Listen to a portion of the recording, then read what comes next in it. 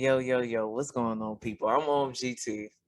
And I'm Jordan, We are the Billion Billionaire Book Book Club. Club. Yes. Okay, today, people, I got the mic in my hands, okay? Because I really enjoyed this book. We're going to go What book over is it? Atomic Habits by Jane Clear. So we're just going to have a conversation.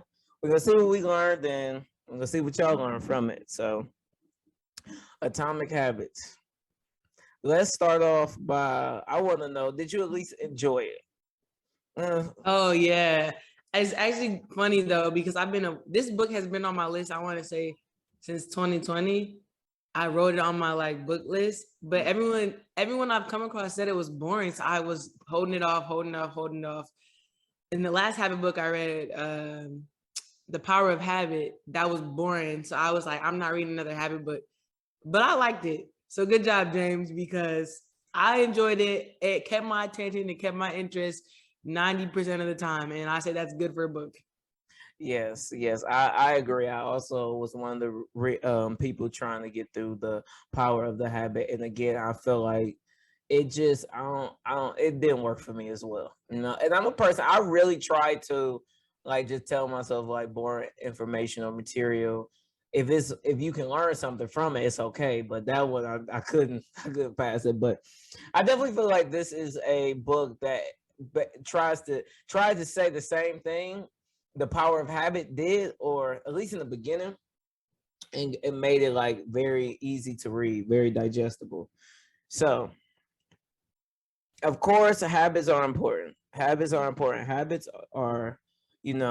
the traits that you use for character building, right? One of the quotes that I liked in the first chapter was Success is the product of daily habits, not once in a lifetime transformations. And I want to start with that just because, I don't know how most people look at success, but it's definitely easy to look at somebody and think that it's always been easy. It's always been given to them, or we just see the end result. We see the successful part. We didn't see the long nights. We didn't see the daily habits that were compounded over time to create this person that we see now. So I don't know. I think it's just maybe I wasn't really trying to what am I trying to say? Well, maybe I wasn't really looking at the before part about successful people in general, but I definitely think that going forward, when you looking at somebody successful and somebody who has a certain physique or a certain bank account, that it's not always easy. It's not no overnight thing. It ain't a lot of lottery winners. This is somebody who's been putting in a massive amount of work to get where they are. So how did you look at it then? You thinking the overnight success? I wasn't. I think I just didn't think about it at all. So it was just something I'm looking at somebody with a physique, and I'm just like, I don't know how long I'm thinking it's supposed to take, but you can't go in the gym for 2 or 3 months. I knew that, but I didn't realize this person has been showing up consistently over time with the great habits, right? With the habit of going to the gym just for physique purposes. And this person didn't just show up here. This person wasn't just blessed with this. This person worked on himself. It's work that's behind every person of success. And that work can be as little as good habits that on a daily basis.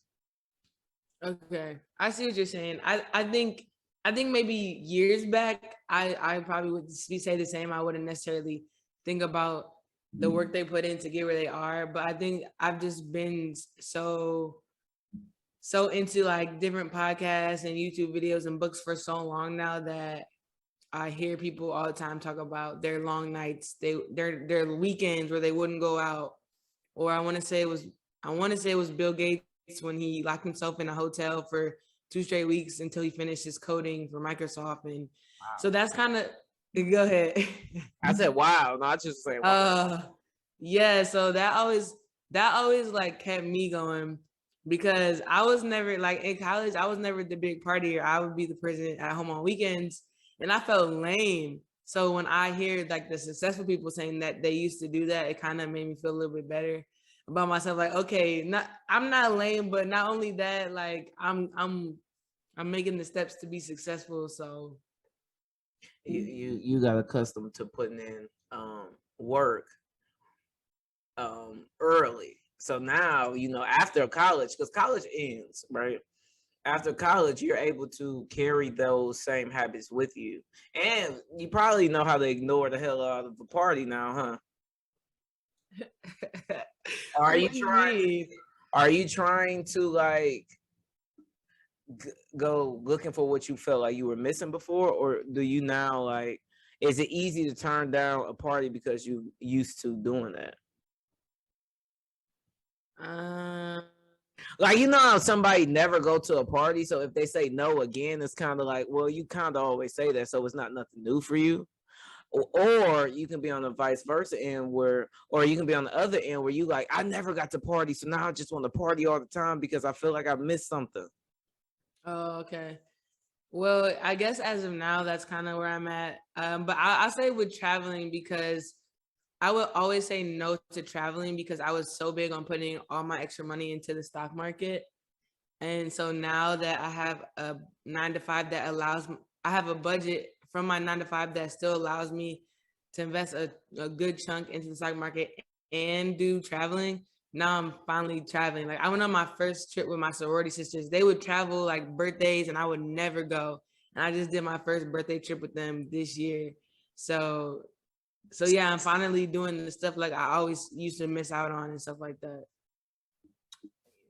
See that you can be used to it. So that's the good thing about habits. And I like because in the book he go a little bit about how our brains are prediction machines. Our brains are going to do whatever is familiar to them, whatever they have already processed, whatever you've done before, and you figured out a way to get through it. That's what our brain remembers. So Are you talking about like the neural pathways where you every time you do something it makes it the a little connect, bit easier? yeah, Okay, yeah, I'm really really big on that. We talked about this in another episode where I related it back to everyone says moderation is key, and I think that's extremely false.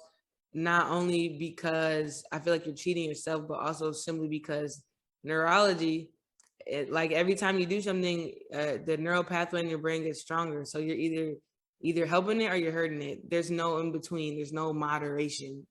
Every time you do something that's not towards your goals, you make that pathway stronger and you make it easier to say no to the gym next time. You make it easier to say yes to the cake. There's no middle ground with this.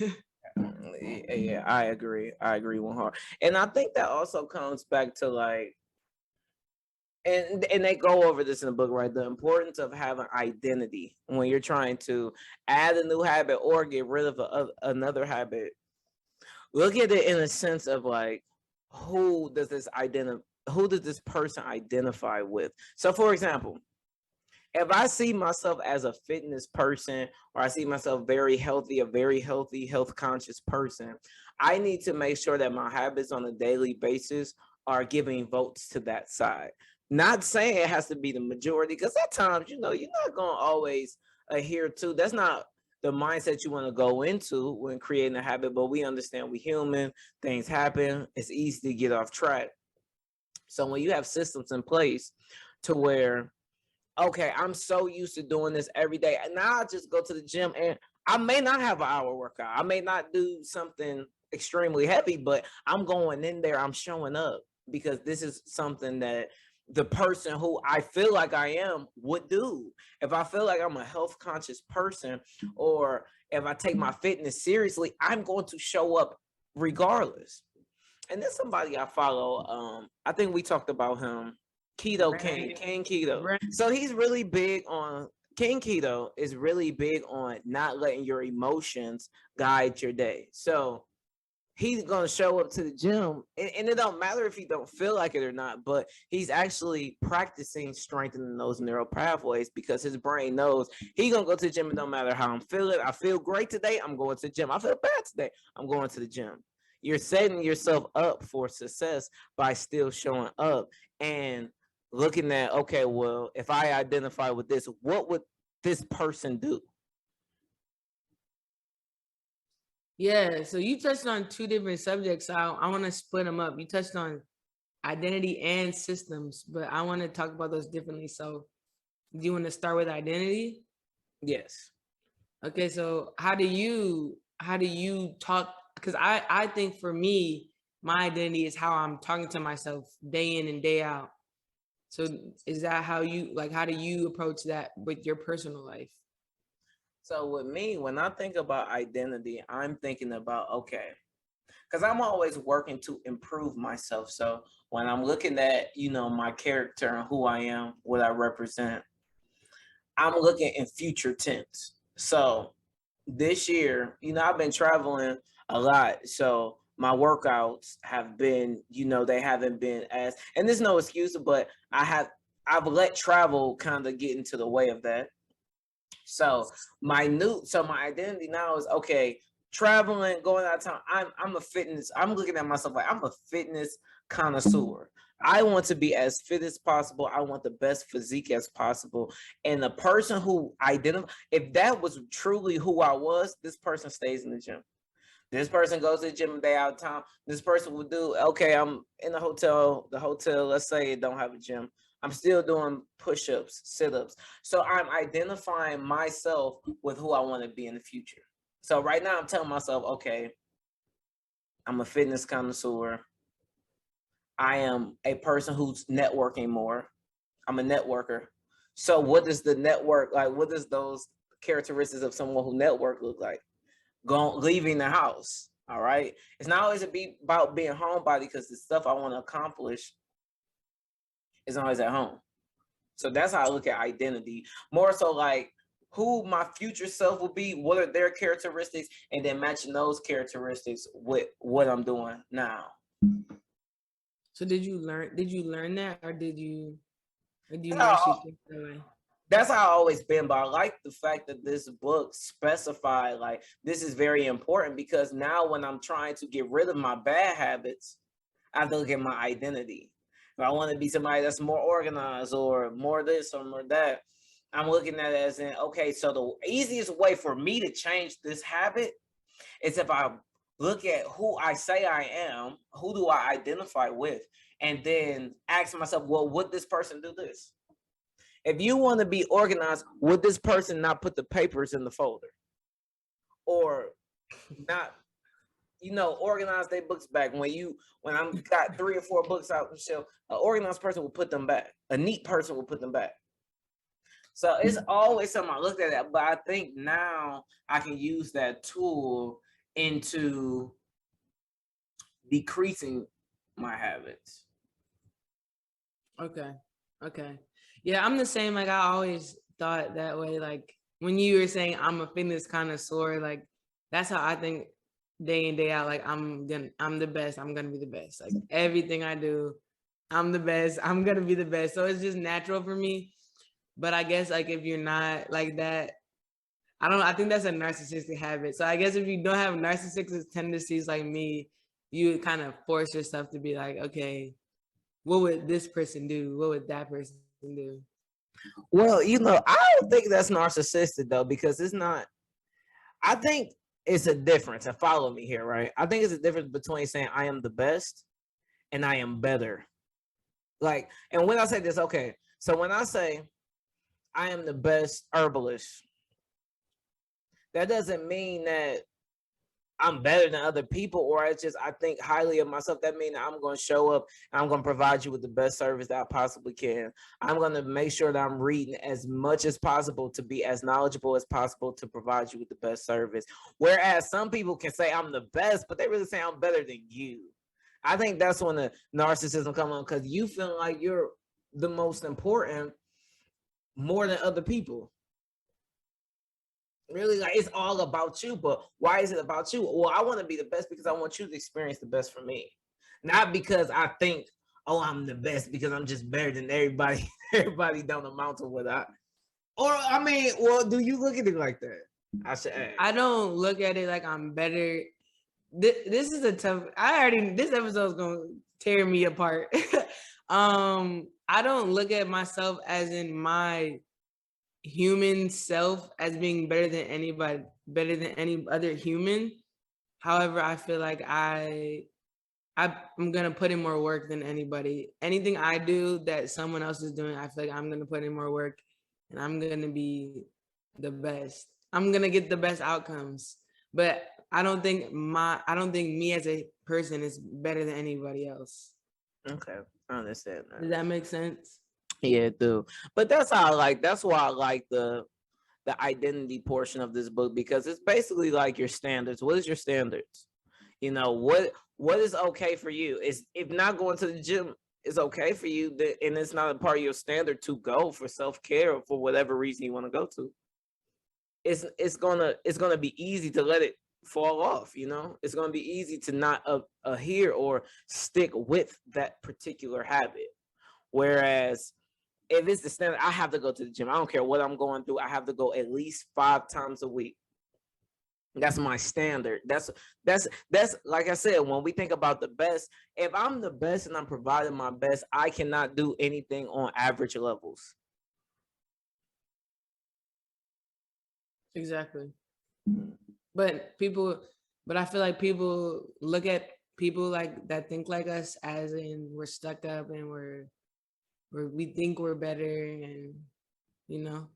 Yeah, yeah, it can probably be a thin line, but like I said, it's just I feel like it's just how you come across. Like I've never felt like I've heard you say that before, like you the best, and I've never felt like you thought you were better than anybody. But I also understand the standard that you have. You know, like if I When did come I say home, that?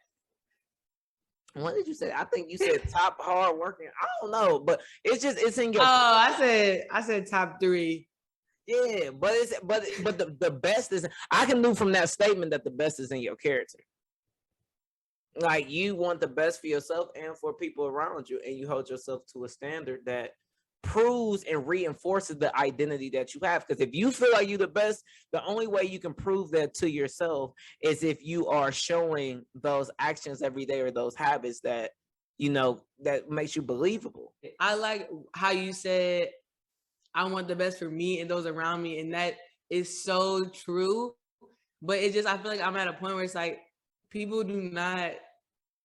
This is not gonna do it. And you know what? Actually, this one investor guy, like Ian Dunlap, I really like him. And he tweeted today. He said, I gave up when I realized that 95% of people don't actually want to trade. They just want the lifestyle that it comes with. And this is so true because the standard I hold myself, I attempt to hold it to my friends, and it's just they think I'm extreme. Then they start trying to bring me down, like, oh, you can have this shot, you can have another shot. Like, no, I don't want to do things that are gonna deteriorate me from my goals. So it's like, but I'm glad you said that because that makes me sound a little bit better. Oh yeah, for sure, for sure. Right. So I think that just overall though, like when you are addressing any habit change, good habits and bad habits, please take a look at, well, what does this person identify with? And another thing he was talking about is that you people it's a kind of like an argument or a versus, whereas people look at things from outcome based, yeah, outcome based versus process based, right? Yes. So this kind of relates because I already kind of do this. So when he was talking about goals, instead of focusing on the end goal, focus on how you're gonna get there. And I kind of do that already. Do you do that already? I think it's funny. I think that what we just read, the book we read before this was because we talked about this, the seven spiritual laws. And remember, it was one of them inside that book. They expressed that as well. Like you don't really want to be tied to the end. You want to be tied to the process because anything. But in that respect, they were talking about anything can happen. You don't want to be so tied to the outcome that you're missing your blessings. But I think for me, it's just like I've always looked at my goal. Like for example, if I know that this could take 2 years to do, I think I've let the pressure of the 2 years sit on me to where I'm like, okay, well, maybe I'm giving up within the 2 years because I'm looking at it so long. But now, like you said, we focus on the process, the systems in place. So yeah, it make 2 years to look like this. But if I just focus on today and I just focus on what I'm doing to get there, that's what my focus is.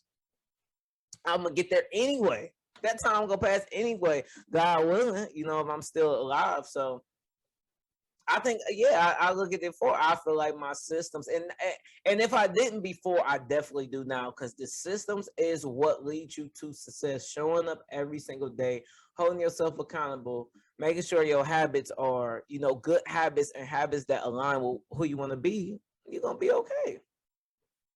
Yeah, you just said like the biggest key, which is time is gonna pass regardless. And I feel like people get so caught up in like, oh, I don't want to wait. I don't want to wait 5 years to hit my goal. 5 years is gonna pass regardless. So you might as well be just chipping away at a goal. I think also another thing is people are, instead of people saying like, oh, 5 years is gonna pass, I might as well do this. I think they're comparing it to like, nah, what can I do in a year? Yeah. You know what I'm saying? Yeah. So it's like, nah, like 5 years is a little too long. Let me find something that's quicker versus people like, I'm gonna be blank years. I'm gonna be 5 years older in 5 years, regardless. Might as well just start chipping away day by day now. And you know what? And they talked about that in the book, kind of like on people where it's very easy to get discouraged when it's time attached to the goal. We love instant gratification. That's why a lot of us get ourselves into the bad habits, like like smoking or being dependent on any type of alcohol or drugs or anything of that nature, because it always gives you this instant thing, something instantaneously. Like, okay, I'm stressed, so if I smoke a cigarette, I'm going to instantly feel it. Whereas if that's the habit that you're building over time, that same habit that was giving you instant pleasure is going to destroy you. So imagine if you flipped it and you said, okay, instead of doing this, when I get mad, let's say I just breathe for 10 minutes.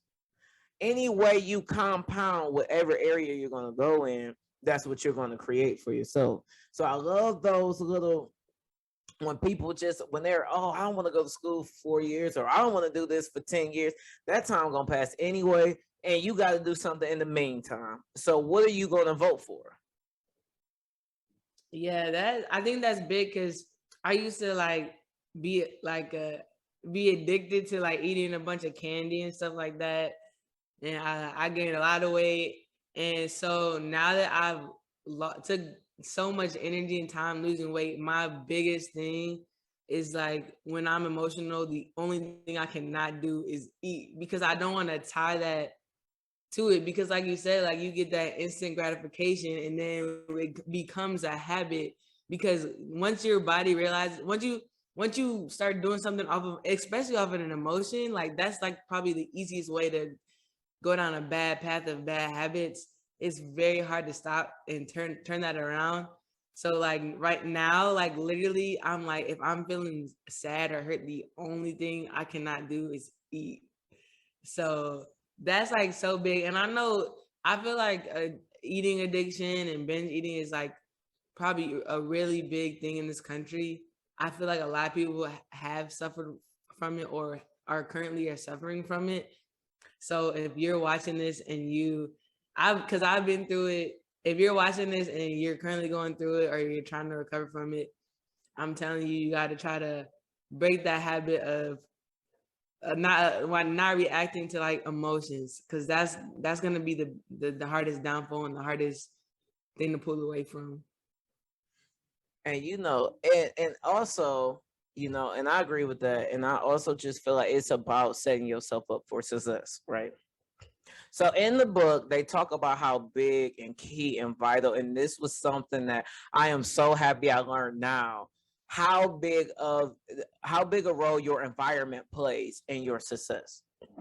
So like, for example, me and my girlfriend, she made this cookie jar, right? She put the cookies in this cookie jar, and she did like this cool little design. And she did it with golden Oreos. Now, I am somebody I can eat golden Oreos. I cannot eat regular Oreos anymore. I had a bad experience, can't eat them with chocolate. So Which is what? I think, back in the time where I was dealing with, like, when I was super, super big and I just was eating, I had ate so many at one time, where the point where I don't even enjoy the flavor no more. I can't have them. They not. I've ruined. I see. This is what happens. This is important, people. I was big. I was chunky, and I was just eating Oreos, but I ate them so much to the point where they make me sick now. But environment. So I had a conversation when I was telling her, I'm like, I'm in the gym. I've been really watching what I'm eating. I'm being very disciplined and focused about, my health and well-being. I don't think we should have the cookie jar in the house. She was like, you gotta show some discipline. You gotta show, some self-discipline. You gotta show self-discipline, basically. And I'm just like, yeah, I could do that, or I could just remove the cookies out of my environment, so that way when I pass them, when I go get water in the kitchen, I'm not tempted. Every time I pass the cookies, I'm going to be tempted. Every single time I pass the cookies, I'm going to be tempted. So the best thing for me to do, which is not have the cookies in the house, because guess what? It don't matter if I go in the kitchen 10 times, I won't have that cookie jar in front of me with vanilla Oreos. But we came to a compromise. So she still want to do the cookie jar, but she gonna get regular Oreos. Well, that's good then, because you're not gonna be tempted. Exactly. Wait, but that's funny though. Your environment plays a huge role in your habits. Like I said, if you in a car and you have 3 friends and y'all going out to eat, and all of your friends are okay with eating Taco Bell, you're the only one of your friends that don't eat Taco Bell. And every day y'all get together, you go to Taco Bell, go to Taco Bell, go to Taco Bell. If you get hungry one day, if you don't even eat Taco Bell, one day you might try it because of your environment. But then you have some people like, okay, my standards is I want the highest quality of produce and meat I can get. So I'm not going to go there. That's even a different conversation. You kind of want to set your environment up for success. So for me, that involves me not having cookies in this house, because it doesn't matter that I'm on a path of my fitness path, or I'm on my health path. I don't even need to be set up by these temptations anyway. So I'm going to remove the cookies out of my environment completely, or come to some sort of compromise where I can be like, okay, this is not a strike against myself. I feel like we have this trouble. I feel like a lot of people have this thing where they want to put themselves into all these tempting situations, or into these environments that go against who they believe they are and what they want to be. And you end up getting yourself in trouble, because you don't have to just be on the self-discipline strength alone. Yeah, I 100% agree. And I had the same issue with my ex, because she was capable of only eating a little bit of goldfish, but I eat the whole jar dang near. So I would be like, you can't buy goldfish no more. And she would be like, no, you need to learn how to not eat them all. But it's like, everybody's different. Like if you can clearly see every time you bring goldfish in the house, I eat the whole jar. I can't just eat a couple goldfish. So it's like, you're absolutely right. Like, some people can handle certain situations, others, like your Taco Bell example. I personally don't think I would ever try the Taco Bell, because you're actually the only probably plant-based person I know. So I've been around meat eaters my whole life, and I still haven't touched chicken, steak in 7 years. So I think it just depends on. I think it just depends on, like you said, you're not gonna touch the regular Oreo. So I think it just depends situational based. But if it's very clear and obvious that every time you're in a certain environment and you slip up, you have to completely remove yourself from that environment. You do. And it's with everything, okay? Even with, like, for example, if you're in a relationship and going to the club or some type of environment where there's going to be women or men around, what do you think is easier for you, to not go, or to go and try to just test your self discipline? And I love, in the fact they even touched on this in the book, they bring up the fact that, like, a lot of disciplined people, They discipline because they don't put themselves in certain situations. Like it's more so about setting yourself up for success because anything could happen, but we looking at the probability and the percentages of it happening. So so like this. There's no golden Oreos in my house right now. There's no Oreos in my house right now. So if I go eat Oreos, I'm going out my way. I'm making it, unattractive, which is what he talked about, for your habits. I'm making it unattractive because I got to go all the way out. I have to go somewhere out my way, out of my comfort zone to go get some Oreos. Right? So I'm not going to eat them now. But if they were in my kitchen like they were last week or a week or two ago, I'm going to eat them. So it's just about, you got to understand that this journey about success and discipline and this is really, honestly, you want to set yourself up and caring about your environment. What are you doing? What's around you? Even if you waking up, if you want to journal every single day, there should be a journal right by your bed, because you're creating the environment to journal. If my journal is in the living room and I'm all the way in my bed, when I wake up in the morning, you know how much space that is. I can go to the bathroom, brush my teeth, get mixed up. I can do so many different things. But by me setting up and creating success in my environment, I'm only helping me. Yeah, I have one more example of this, and I want to tie it to people making excuses. So, so in college, when I would drink and go to a house party, I always kind of got myself into trouble. And most people are gonna say, "Oh, when I drink, I act in ways I wouldn't when I was sober," and blah blah. It's the alcohol's fault, blah blah blah. Well, me being like, I love how you put it. I got standards, and I just think a little different than most people. Instead of making an excuse about, I did say the alcohol was the reason for my mistake, but after that mistake, instead of keep making the same mistake of saying the alcohol does it, I literally said every time I go to a house party, I will not drink at all, period. So I feel like that, like people have to learn how to not make it an excuse. You know what I'm saying? Like you could have made an excuse about how, okay, well, since the Oreos are here, I'm gonna eat it. I could have made an excuse saying, okay, it's the alcohol's fault, but no, I'm gonna figure a way around it. So if I can't remove my environment, if I'm still going to a house party, I'm gonna do something else different. I'm gonna take the alcohol away. There we go. I love that. Hey, I absolutely love that because, like you said, you can't always remove your environment. Like I know some people like will have lived at home. Like when I was younger, I had friends that lived at home with their parents, and their parents were stressing them out. So it's like if you go on to work, you really don't want to be at the job you at. Then you go home, and your parents stressing you out. That's not the environment for peace. So this person is now one of the most peaceful people I know today, but he literally had to remove himself out of that toxic, negative environment because it plays that much of a role. I get it. We look at in the mirror and we just see us, but everything around us plays a role some way, somehow. When I come home from work, my gym clothes, after I'm done with this, I'm going to the gym. My gym clothes is already laid out for me. I'm setting myself up for success. I'm putting my clothes right on my bed. So as soon as I'm done, I'm going to take this in there and I'm putting on my clothes. And I'm going. Then I'm coming back. So again, like I just want y'all to really understand that your environment in any way, shape, or form plays a role. And you may not be perfect, but if you set yourself up for success, you'll definitely be able to be more successful in your journey. I agree 1000%.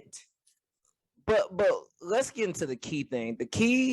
I feel like the key point of any habit, right? To get any habit to stick is repetition. Showing up is the most important thing. Showing up, for me and the habits that's still with me today, I show up. I don't care if it's not what I really want to do. Like, I'm gonna make sure I go to gym. After I get off this podcast, I'm going to the gym. Now, my time is dwindling, so I'm not gonna have as long as I wanted in there, but I'm gonna go because that's a vote. I think of like life in votes, and they talked about that in the book though. But like you don't need when you think about an election, you don't need all the votes to win. You just need the majority. They did not say that. They did. They did. They did. All right. But yeah, I agree. I agree with the showing up regardless. So for me, I'm big using that like with the gym. Right now I'm going about 5 times a week, but there was a point in time where anytime I had a gym day, my only goal was to just get there.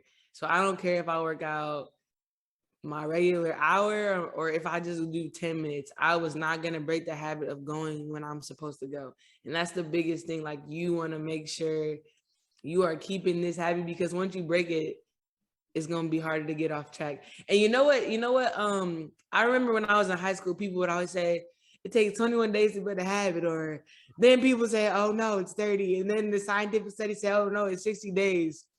But one thing I really like, 19 Keys, you know who that is? Mm-hmm. 19 Keys said, y'all want to say it takes 21 days to build a habit, but I say it only takes 2 days. It takes that first day and then the next day after that to keep showing up, and the next day after that, and the next day after that.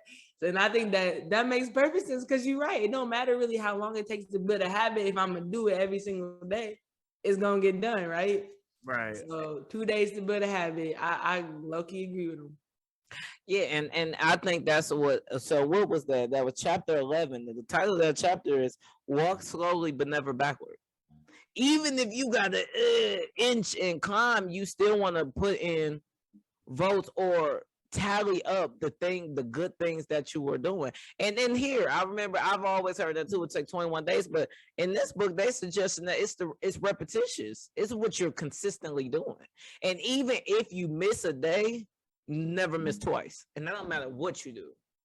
You want to stick with a goal. Never allow yourself to skip doing something twice. I learned this from this book, and I think that's a great way to measure. Because okay, you can give yourself a break one day if you really need it. I don't really try to give myself breaks. That's why I probably work too much. Okay, so the people who say like you're nuts, you don't take a break, what you got to say? Being nuts brings me peace. You said what? Being nuts bring me peace. Because guess what? If you not showing up, and I'm looking at your life and I don't want to be you, I think you nuts. So we're both looking at each other the same way, but I think it's crazy that you have an opportunity to be better and you don't take it in a consistent manner. Now, I've never required nobody in my life to be perfect. I'm not perfect, but I require, like, not perfection, but I require you to show up. Even show up. I require you to. Me and Jordan, we have never said, got mad, tried to record one day and one of us did not read the book. Never has happened. We show up, book is already read. I don't have to question whether she read. She don't have to question whether I read. And even if we didn't finish a book, we will let each other know way in advance. So again, I think for me, it's just showing up, not the person who's crying on the couch, sad at their life. You can be sad, but I respect the person who has the same life on the other side of the couch, but saying, you know what, hey, it didn't work out for me today, but today I'm gonna try this. Tomorrow I'm gonna try this. You're still showing that, hey, I'm down, but I ain't out. Dude, you said it for me when you said, if you're giving me advice, but I look at your life and I don't want to be like you, why would I listen?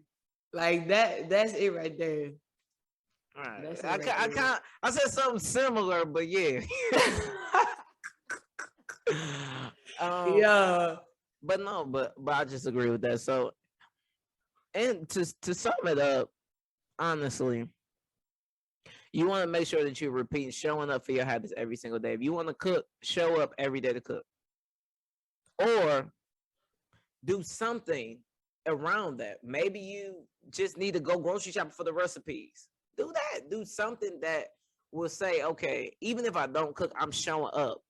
I'm showing up to the kitchen. I'm in the kitchen. I'm looking around. I'm in here. You want to be in the vicinity of what you want to create for yourself. Remember, when you build habits, you build your future self. So whatever habits you have, you looking at the future you. If I'm eating right, if I'm respecting people, if I'm being respectful, if my girlfriend wanna, communicate something to me and I'm allowing her to, if I stay with those same habits, a couple years down the road, I'm only gonna build on them. So I'm only gonna get better. It's no other way but to get better. And I just suggest that you look at it in a very similar fashion. Oh yeah, that's like the habit stacking. I don't know if that was this book or the other book, but they were talking about habit stacking. Yeah, they were doing that. Yeah, they talked about it in this book as well. But yo, let me bring up Brandon Carter / King Keto one more time because he did something today on his story that's relatable.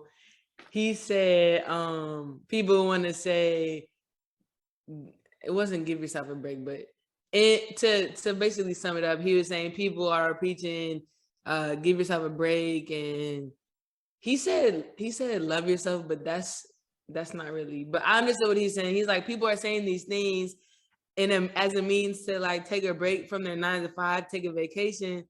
And he said that's just like escapism because you have to escape from what you're doing 75% of your life, which is super true because we do spend 75% of our life at work. So we feel like we need a break from it.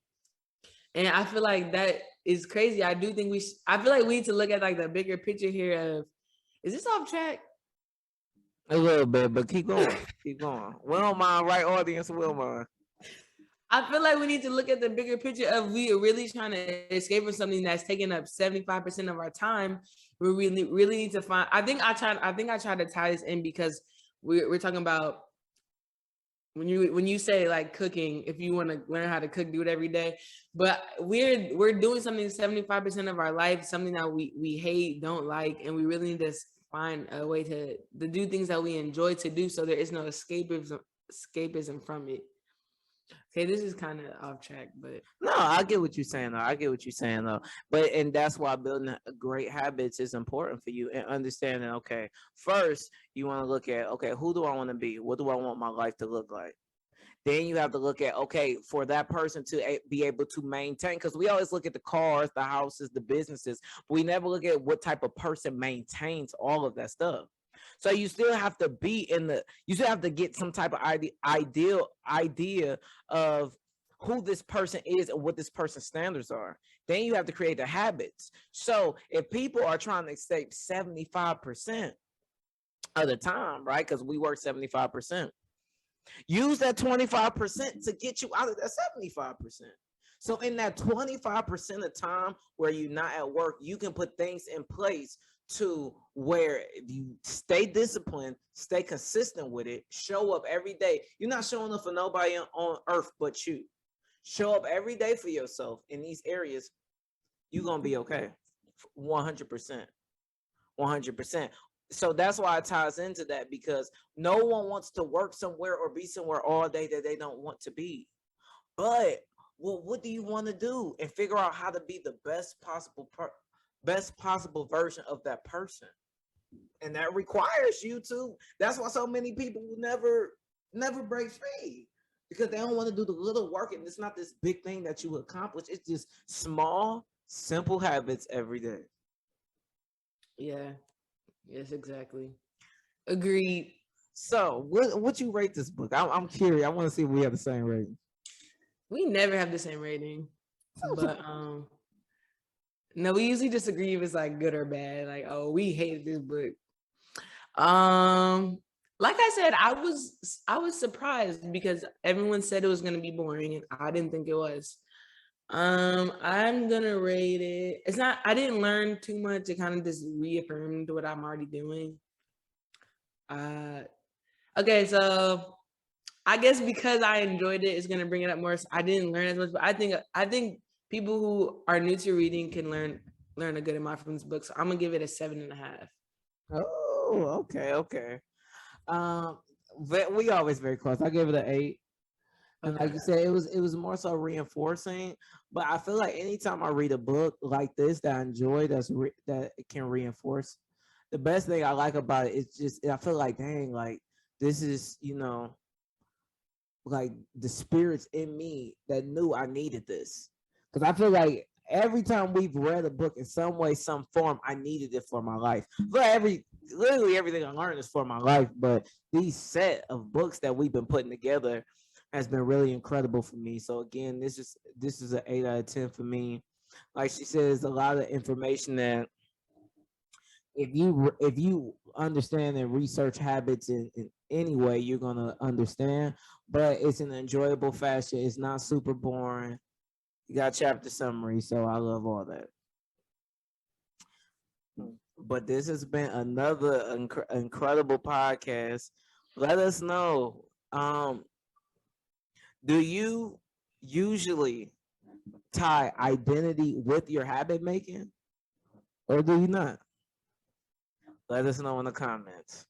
Also in the comments, let us know some books you guys want to get reviews on and stuff like that. And so we are looking all the time. Any of our social media, send us books.